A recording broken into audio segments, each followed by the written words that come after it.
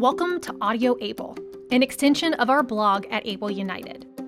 We know there are a lot of resources available, and navigating them can be overwhelming. So we created this series to help you. We'll take a deeper dive into the important issues and topics affecting the disability community. We'll also get to hear from guest speakers who serve or represent individuals with varying disabilities and experts on available resources. We hope you'll spend some time with us to listen in. Now, let's get right to it. Okay, so we're back with our second episode of Audio Able, and we're discussing assistive technology. Now, this is probably one of the most underutilized resources within the disability community. So we're really excited to be here to shed some light on what this technology is, how it can be used, and where Floridians can access it. I am thrilled to be joined by Whitney Doyle, Executive Director of the Florida Alliance for Assistive Services and Technology, better known as FAAST. Whitney, can you believe it? I've known you for over a decade, and I'm so looking forward to this conversation today. That's awesome. I did not realize that. Time flies by. It really does. But thank you for taking time out of your day to discuss this topic. So let's get right to it. What exactly is assistive technology? That's a great question, and one we get all the time because the term itself is a little bit kind of niche, but assistive technology is basically anything that a person with a disability is going to use to do a task. So it could be a software, hardware, a tool, a gadget, a toy, anything like that. It can vary from something simple like a pencil grip, if you think back to elementary school days of a pencil grip, all the way up to computer software that you can control a computer with your eye movement instead of your hand on a mouse. So it's low tech, high tech, all over the realm. And so what is FAAST's role in Florida as it pertains to kind of providing access to this type of technology? So FAAST is based on a federal law, which is the Assistive Technology Act. It came out in the 90s. And our role is to implement that law in Florida. And what we do is we help Floridians with accessing technology through short-term loans to borrow devices, to try them in their home or in their school, see if it's going to work for them, as well as training them on devices, figuring out what device to even borrow or what's going to work for them.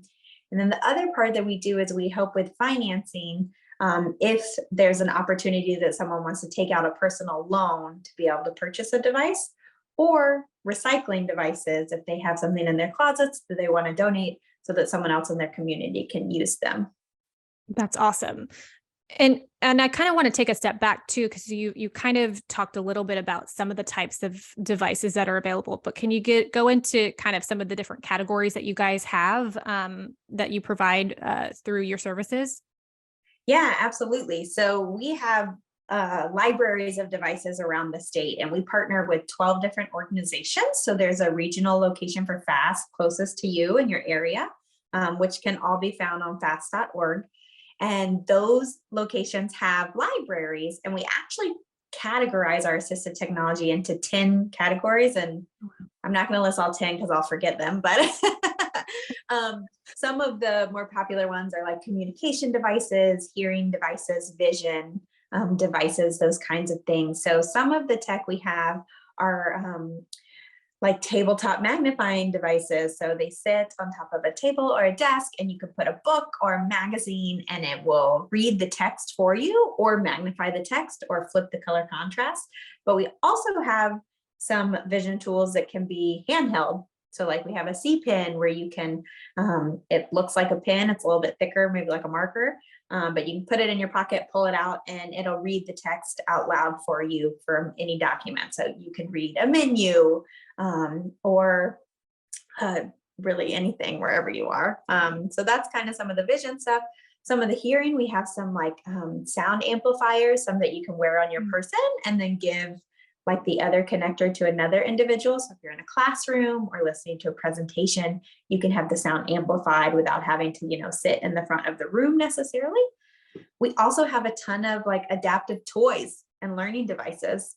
So FAAST serves all ages, and all disabilities in every county in Florida. So some of the stuff we have for our younger friends are adaptive toys, where instead of like pushing the hand on a bear to make the bear light up and sing and dance, we can modify it to have like a big button where they just have to push the button to get the toy to light up and dance. And that's something that, people might not want to buy a modified toy that's going to cost, $50 because the toy's modified, where they can come to us, borrow a device, bring it back, borrow another device, and kind of have a whole range of learning tools at their disposal that's at no cost to them. That's really amazing, and really also how broad it is, right? There's just so many different types of devices, from, like you said, vision, hearing, to speech communication and more. And it really sounds like it's easier than ever to find exactly what you might need. Yeah, we really try. Over the last 2 years, our board, the Assistive Technology Advisory Council, has really looked at how we're delivering services to do a better job at that. So we did historically have 6 locations across Florida, and now we have 12. So we're excited to be able to expand that access for everyone across the state. That's so great. And so, Whitney, how long have you been with FAAST? February will be 5 years, and I've been executive director for a little over 2 years. I feel like you're just getting started. 2 years as executive director. And I know that, again, you've done so much in those 2 years, but talk to us a little bit about what's on the horizon for 2023. It's crazy to say 2023. So when we expanded our regional demonstration centers, our next phase was expanding our recycling program. So in 2023, you're going to see that we went from 5 partner organizations that help with that device recycling up to 10. So we've doubled the amount of recycling centers across the state, again, to give Floridians access to a space to donate their unused equipment, which includes durable medical devices. So that could be hospital beds, manual wheelchairs, bedside commodes, anything to that extent. But also 10 locations to find that refurbished equipment if they're in need. So that's something big coming up on the horizon. It's kind of already here, but we've not done a great job at starting that marketing piece. And then the next step is we're going to start a whole new strategic plan process. So we're going to be talking with Floridians and sending out information on our social media. So please, if you don't follow us, we're FAAST Inc. on Instagram and Facebook and Twitter. We're going to be figuring out what we can do next. So how we can better our services now that we've looked internal to kind of clean up what we've been doing and expand the program. What's next for Florida? How can we do better? And whether that's through legislation or, fundraising. We know Floridians, and I think we're going to talk a little bit about that, have a hard time buying the assistive technology. So, right. How can FAAST help with partnering with Able United and other resources across the state to make sure that Floridians know how to get these devices paid for? That's right.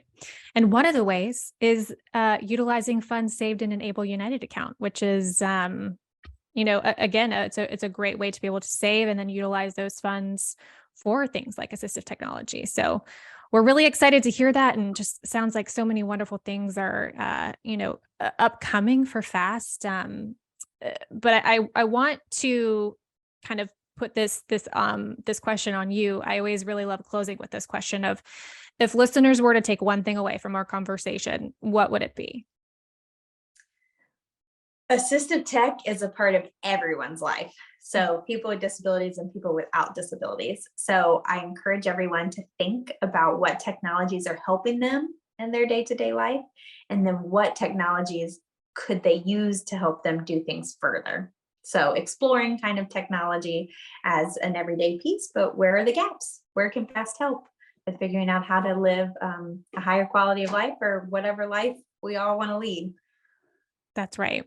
Well, Whitney, it was an absolute pleasure to sit down with you for our second episode of Audio Able. We hope all of our listeners learned something new and will take advantage of the resources we discussed today. For more information, you can visit FAAST.org. That's FAAST with 2 A's, FAAST.org.